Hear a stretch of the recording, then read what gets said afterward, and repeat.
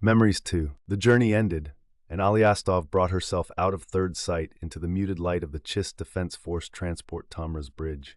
She lifted her hands away from the navigational controls, a hollow feeling in both stomach and heart.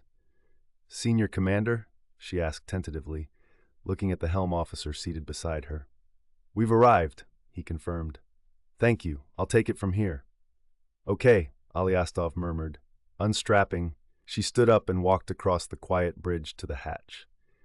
She walked through the opening and continued down the empty corridor toward the captain's quarters, where she and her caregiver had been given space.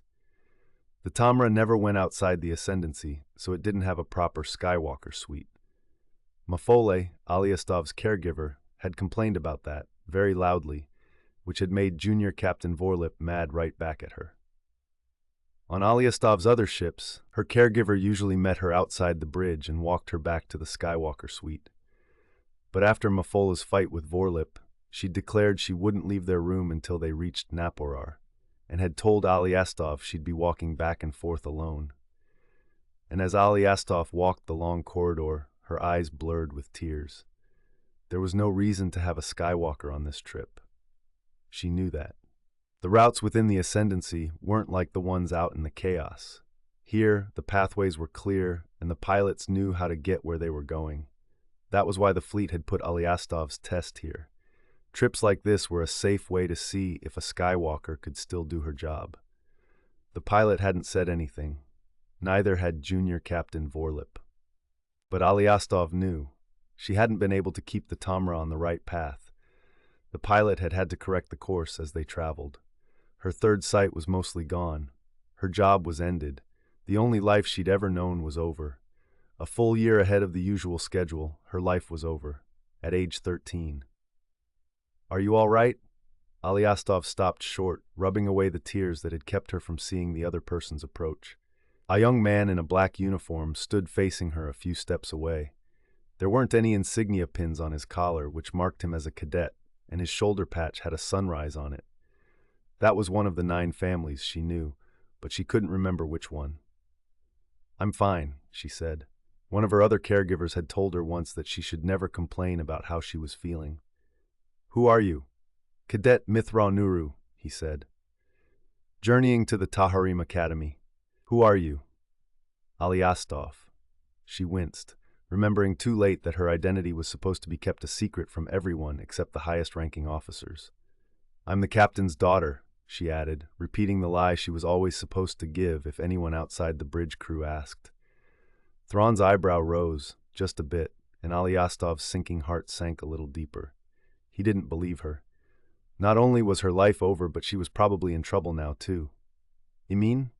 "It's all right," Thrawn said. "What's wrong, Alyastov? Can I help?" Alyastov sighed. She wasn't supposed to complain, but for once she didn't really care what she was supposed to do. "I don't think so," she said. "I'm just worried about, I don't know, about what I'm going to do." "I understand," Thrawn said. Alyastov caught her breath. Had he figured out what she was? Her brief moment of uncaring rebellion vanished, leaving her once again fully aware that she was going to be in trouble. "You do?" she asked carefully. "Of course," Thrawn said. "All of us feel uncertainty as we travel through life. I don't know specifically what concerns you, but I assure you that all the cadets aboard this ship are also facing changes in their futures." She felt a bit of relief. So he didn't know she was a Skywalker. "But you all know where you're going," she said. "You're a cadet, and you're going to be in the Defense Force. I don't know what I'm going to do." "You're a ship captain's daughter," Thrawn said. "That will surely open many opportunities. But just because I know I'm going to the academy doesn't mean there aren't a great many unknowns, and uncertainty can be the most frightening of mental states." And then, to Alyastov's surprise, Thrawn got down on one knee in front of her, putting his face a little lower than hers. Grown-ups almost never did that. Even most of Alyastov's other caregivers had usually stood straight up looking down at her. "But while all of us face a variety of paths, we all have the power to choose among them," he continued.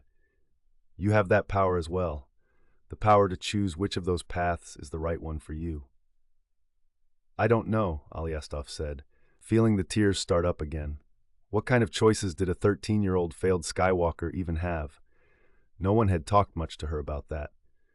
But thank you for… What's going on here? The harsh voice of Junior Captain Vorlip came from behind her. Who are you, and what are you doing here? Cadet Mithra Nuru, Thrawn said as he quickly stood up. I was exploring the ship when I came upon your daughter. She seemed distressed and has stopped to offer assistance. You're not supposed to be in this corridor, Vorlip said sternly. She walked past Alyastov and stopped in front of Thrawn. Didn't you see the authorized personnel only signs? He assumed they were intended to stop non-military personnel, Thrawn said. As a cadet, I thought I would be exempt. Well, you aren't, Vorlip said. You're supposed to be back with the other cadets. My apologies, Thrawn said. I merely wished to get the feel of the ship. He bowed his head and started to turn away. Vorlip put out her arm to block his path. What do you mean, the feel of the ship? He wanted to study its rhythms, Thrawn said. The deck has subtle vibrations that reflect the ebb and flow of the thrusters. Our movement through hyperspace was punctuated by slight hesitations and swells. The airflow indicates small variations as we change direction. The compensators occasionally lag slightly behind course changes, with effects that are again transmitted through the deck. Really, Vorlip said. She didn't seem as angry now. How many space flights have you had before this one? None, Thrawn said. This is my first voyage away from my home. Is it? Vorlip stepped close to him. Close your eyes. Keep them closed until I tell you otherwise. Thrawn closed his eyes. Vorlip took him by the upper arms, and without warning, began spinning him around. Thrawn's arms flailed outward with surprise. His feet stumbled, trying to keep up with his body's movements. Vorlip kept him spinning and also slowly moved around with him. When she was a third of the way from where she'd started, she caught his upper arms and brought him to a stop. Eyes still closed, she said, holding him steady. Which way is forward? Thrawn was silent a moment. Then he raised a hand and pointed toward the Tamra's bow. There, he said. Vorlip kept holding him for a second. Then she let go and moved a step back. You can open your eyes, she said. Return to your quarters, and don't ever pass that kind of sign until you're damn sure you're allowed. Yes, Captain, Thrawn said. He blinked a couple of times as he finished getting his balance. He nodded to Vorlip, nodded and smiled at Alyastov, then turned and left. I'm sorry, Alyastov said quietly. It's all right, Vorlip said. She was still looking at Thrawn. Are you mad at him? Alyastov asked. He was only trying to help me. Ich no. Are you mad at me? Vorlip turned and gave her a small smile. No, of course not, she said. You've done nothing wrong. But… Alyastov stopped, feeling confused. I'm not mad at anyone, Vorlip said. It's just, it took me 15 voyages in 4 different ships before I developed that kind of awareness. This Mithra Nuru did it in one. Is that strange? Very. Vorlip assured her. He seems nice, Alyastov said. She paused, thinking about what he'd said about paths. What happens to me when I leave here? You'll be adopted, Vorlip said. Probably into one of the 9 ruling families. They like to have former Skywalkers. Why? It's a prestige thing, Vorlip said. I'm sure you realize that girls with your ability are very rare. It's an honor for one of you to be made a merit adoptive. Alyastov felt her throat tighten. Even when we're no use to anyone? Don't say things like that, Vorlip said sternly. Every person is valuable. My point is that you'll be welcomed into whatever family adopts you. They'll take care of you, send you on to further education, and eventually find a career that you're best suited for.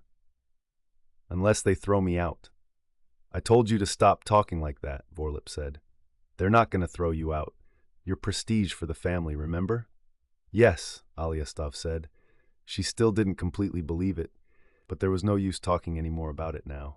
But there was one more point. Do I get to choose which family I want? Vorlip frowned. I don't know. To be honest, I don't know any of the details about how these things are done. Why? Are you looking at a specific family?